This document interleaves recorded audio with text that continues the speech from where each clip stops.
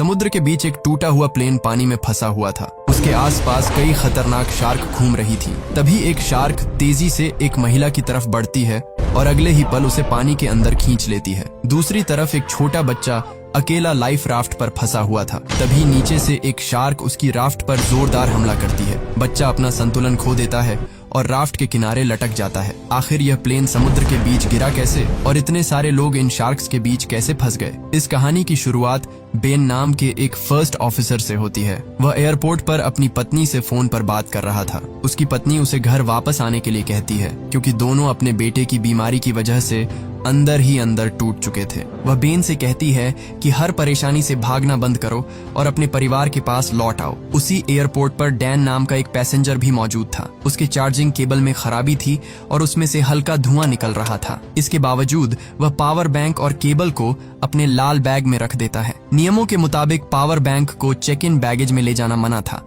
लेकिन डैन इस बात को नजरअंदाज कर देता है। आगे बढ़ते हुए बेन की मुलाकात कोरा नाम की एक छोटी लड़की से होती है जिसे फ्लाइट में बैठने से काफी डर लगता था। वह बेन से पूछती है कि क्या आप इस प्लेन के कैप्टन हैं? बेन हंसते हुए जवाब देता है कि नहीं, मैं फर्स्ट ऑफिसर हूँ। ये सुनते ही कोरा मजाक में कहती है कि आपकी इतनी उम्र हो गई, फिर भी आप अभी तक कैप्टन नहीं बने। बेन मुस्कुराकर कहता है कि जिंदगी में हर किसी को सीधा रास्ता नहीं मिलता। कोरा अपने पिता, सौतेली माँ और छोटे सौतेले भाई फिन के साथ सफर कर रही थी। कोरा की माँ ने बच्चों की सुरक्षा के लिए फिन के कपड़ों में एक जीपीएस ट्रैकर छिपाया हुआ था जिसकी लोकेशन कोरा अपने फोन से देख सकती थी। इसी बीच एयरपोर्ट स्टाफ की लापरवाही से डैन का लाल बैग बिना सही जांच के कार्गो में लोड कर दिया जाता है। किसी को अंदाजा नहीं था कि यही छोटी सी गलती आगे चलकर पूरे प्लेन के लिए सबसे बड़ा खतरा बनने वाली थी। ये फ्लाइट लॉस एंजलिस से शंघाई जा रही थी। प्लेन में कुछ ई स्पोर्ट्स प्लेयर्स भी सफर कर रहे थे। तभी एक अमेरिकी खिलाड़ी चीनी टीम का मजाक उड़ाने लगता है। उसकी टीम का कैप्टन भी अपने साथी का साथ देता है जिससे दोनों टीमों के बीच बहस शुरू हो जाती है, लेकिन उनका कोच तुरंत बीच में आकर माफी मांग लेता है और मामला वहीं शांत हो जाता है। इस फ्लाइट के कैप्टन का नाम रिचर्ड था। कुछ देर बाद प्लेन उड़ान भरता है।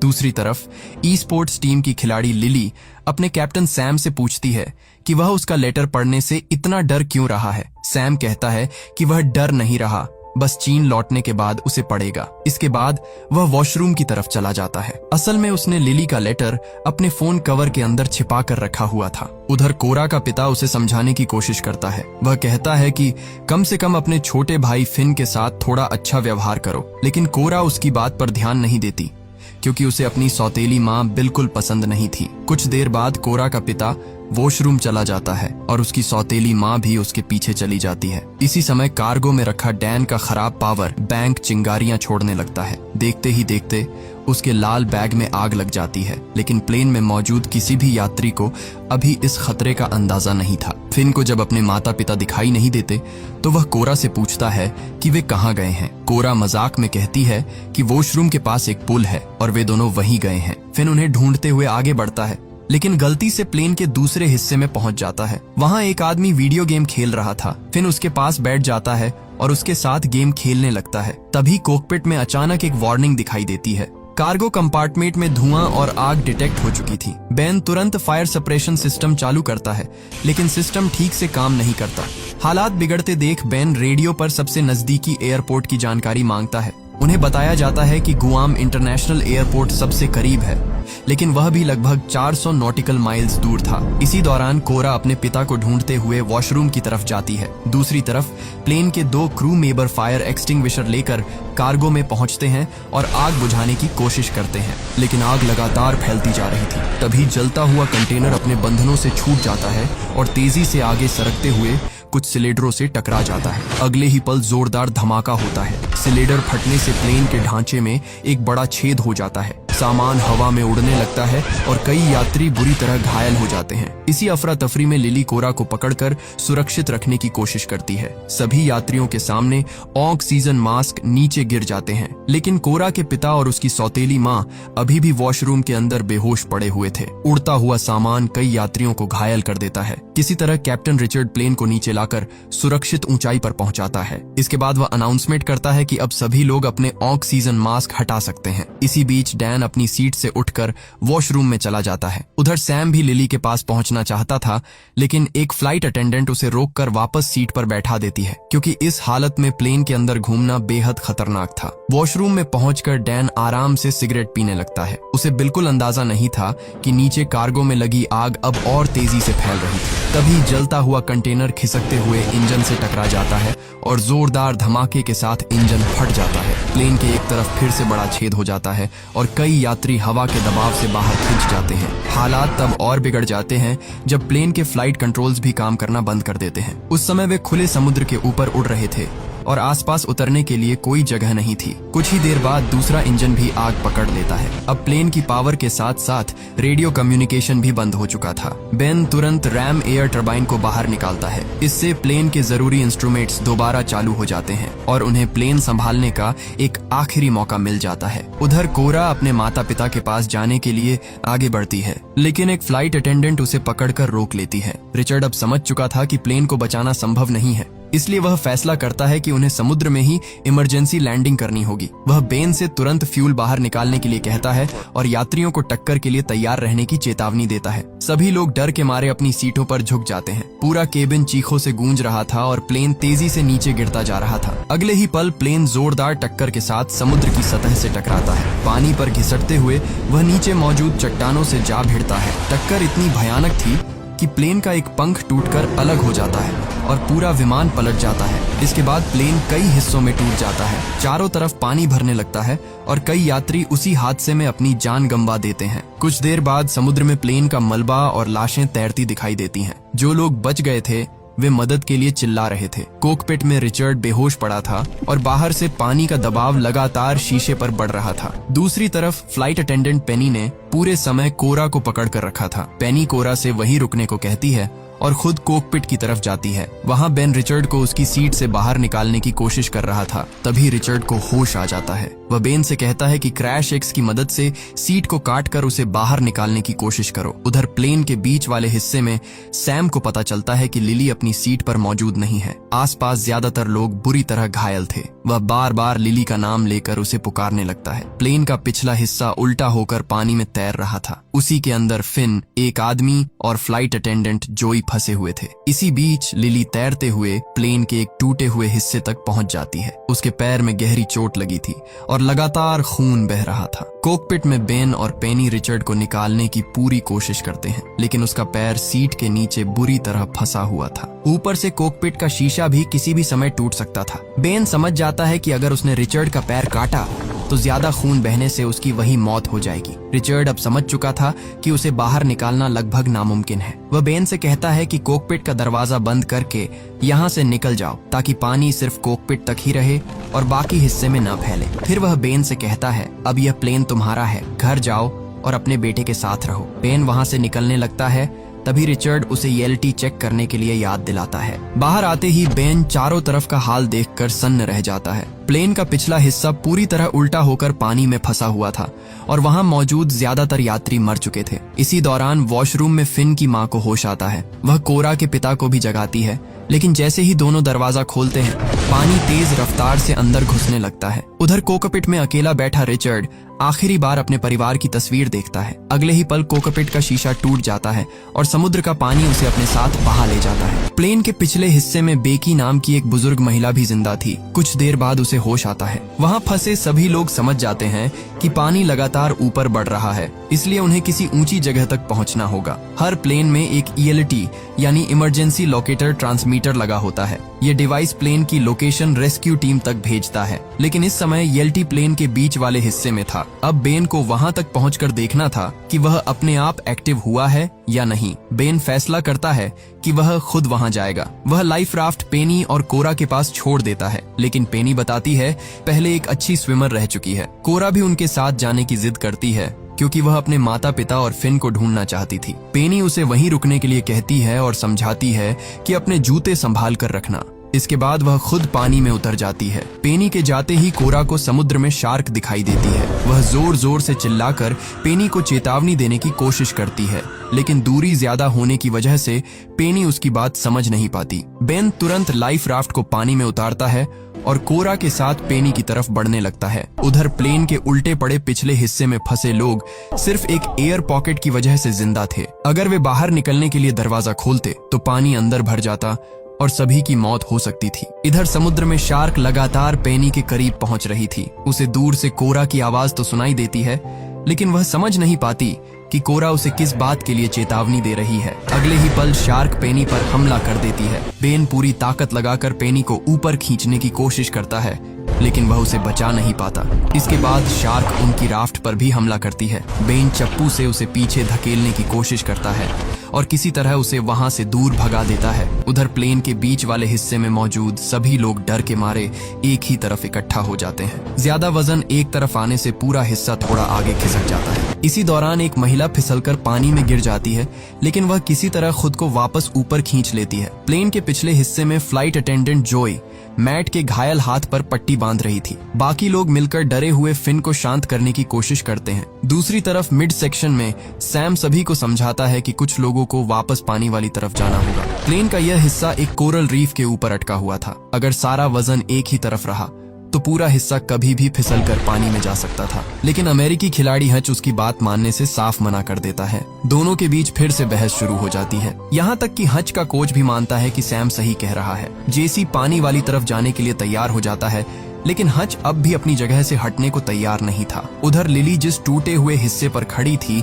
वह धीरे धीरे बाकी प्लेन से दूर बहने लगता है। पैर में चोट होने के बावजूद वह पानी में उतरती है और तैरकर मिड सेक्शन तक पहुंचने की कोशिश करती है। काफी मशक्कत के बाद वह वहां पहुंच जाती है। सैम उसे जिंदा देखकर राहत की सांस लेता है, लेकिन तभी अचानक एक शार्क हच के कोच पर हमला कर देती है। जेसी उसे बचाने के लिए पानी में उतरता है, मगर शार्क उसे भी अपना शिकार बना लेती है। ये देखकर हच अपना आपा खो देता है। वह सारी गलती सैम पर डालने लगता है और उस पर हमला कर देता है। तभी बेन वहां पहुंचता है और हच को खींचकर सैम से अलग कर देता है। उधर प्लेन के पिछले हिस्से में जोई कहती है कि वह पानी के नीचे तैरकर बाहर निकलने का रास्ता ढूंढ सकती है, लेकिन मैट उसे रोक देता है। मैट का एक हाथ टूटा हुआ था, फिर भी वह खुद जाने की जिद करता है। बेकी भी उसे मना करती है, लेकिन मैट किसी की नहीं सुनता। वह एक हाथ के सहारे पानी में उतर जाता है और प्लेन के नीचे से रास्ता बनाते हुए आखिरकार सतह तक पहुंच जाता है।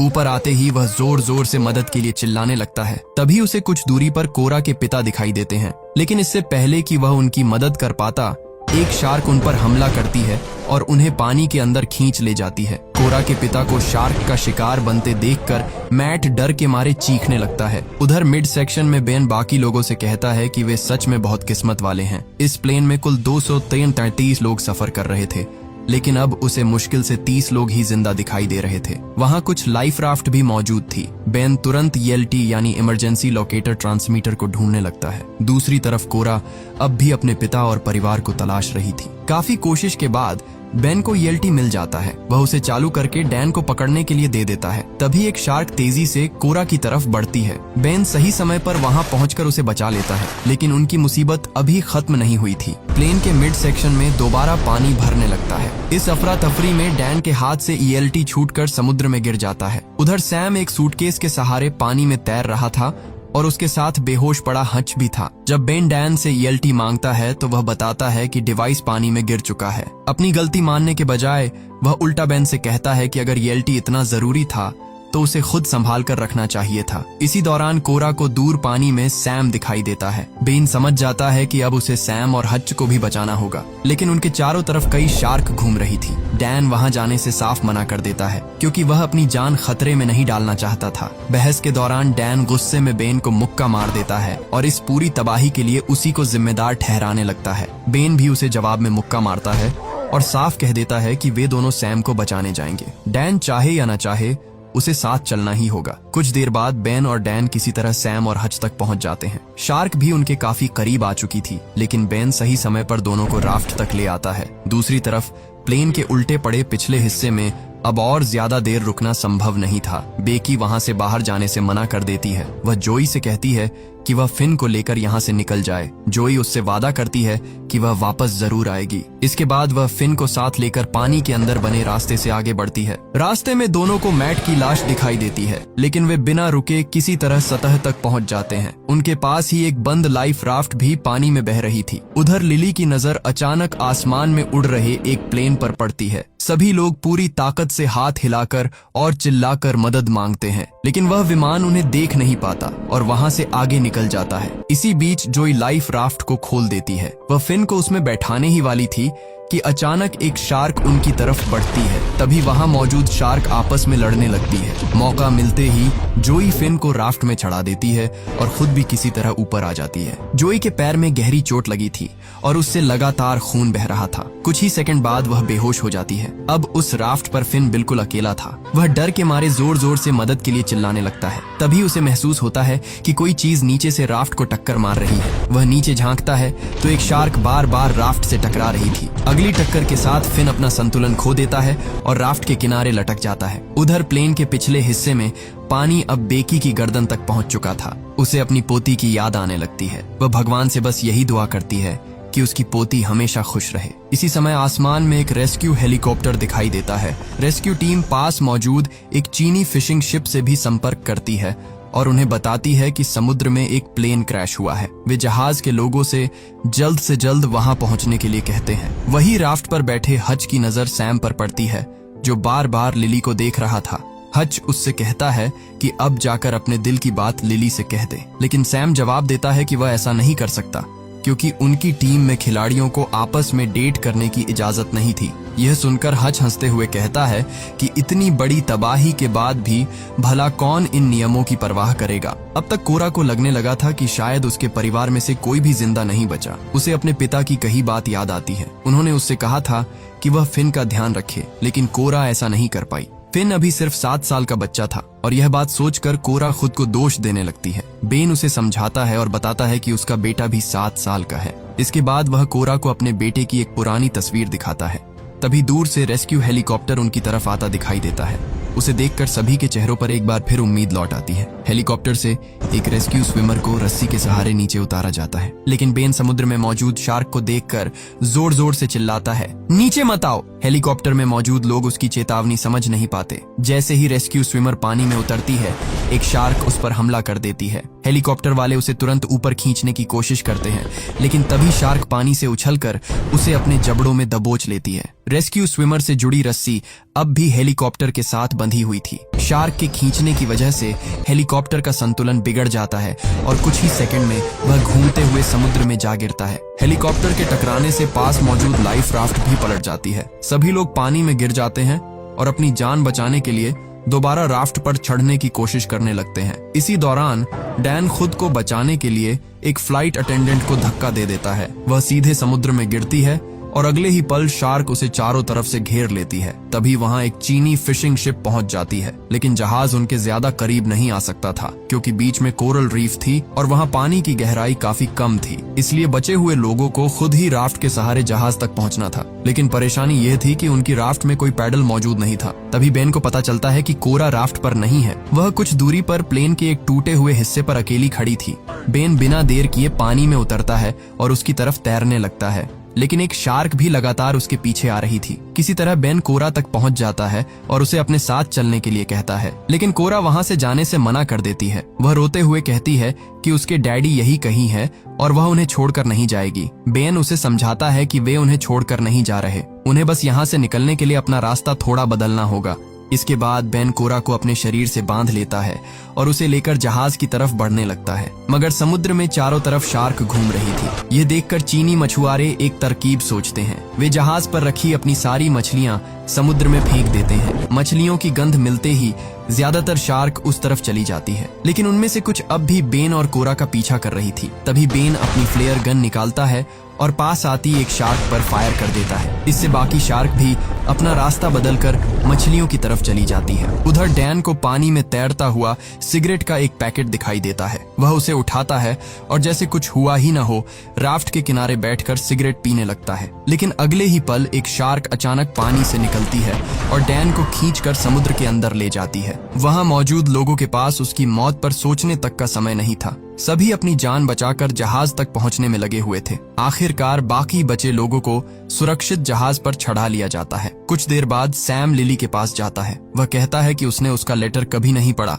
और अब तो वह शायद समुद्र की गहराई में कहीं खो चुका होगा। लेकिन लिली मुस्कुराकर कहती है कि उसे अच्छी तरह पता है कि सैम ने उसका लेटर पढ़ लिया था। वह बस टीम के नियमों की वजह से अपनी भावनाएं छिपा रहा था। ये सुनकर सैम भी मुस्कुरा देता है और धीरे से लिली के माथे पर किस करता है। इसके बाद बेन कोरा के पास आता है। तभी सभी लोगों के फोन में दोबारा नेटवर्क आने लगता है। कोरा तुरंत बेन का फोन मांगती है और फिन के कपड़ों में लगे जीपीएस ट्रैकर की लोकेशन चेक करती है। ट्रैकर अभी भी काम कर रहा था। लोकेशन मिलते ही जहाज को उसी दिशा में ले जाया जाता है। कुछ दूरी पर उन्हें एक लाइफ राफ्ट दिखाई देती है जिसमें जोई बेहोश पड़ी थी। जब वे उसके पास पहुंचते हैं तो कुछ देर बाद जोई को होश आ जाता है। फिर वह अपने पास लेटे हुए फिन की तरफ इशारा करती है। फिन को जिंदा देखकर कोरा की आंखों में खुशी के आंसू आ जाते हैं। दोनों भाई बहन एक दूसरे के पास आते हैं। कोरा उससे अपने पुराने व्यवहार के लिए माफी मांगती है और उसे कसकर गले लगा लेती है। उधर बेन वह अपनी पत्नी को फोन करता है और फिर अपने 7 साल के बेटे से बात करता है जो कैंसर जैसी गंभीर बीमारी से लड़ रहा था। बेन अपने बेटे से बस इतना कहता है,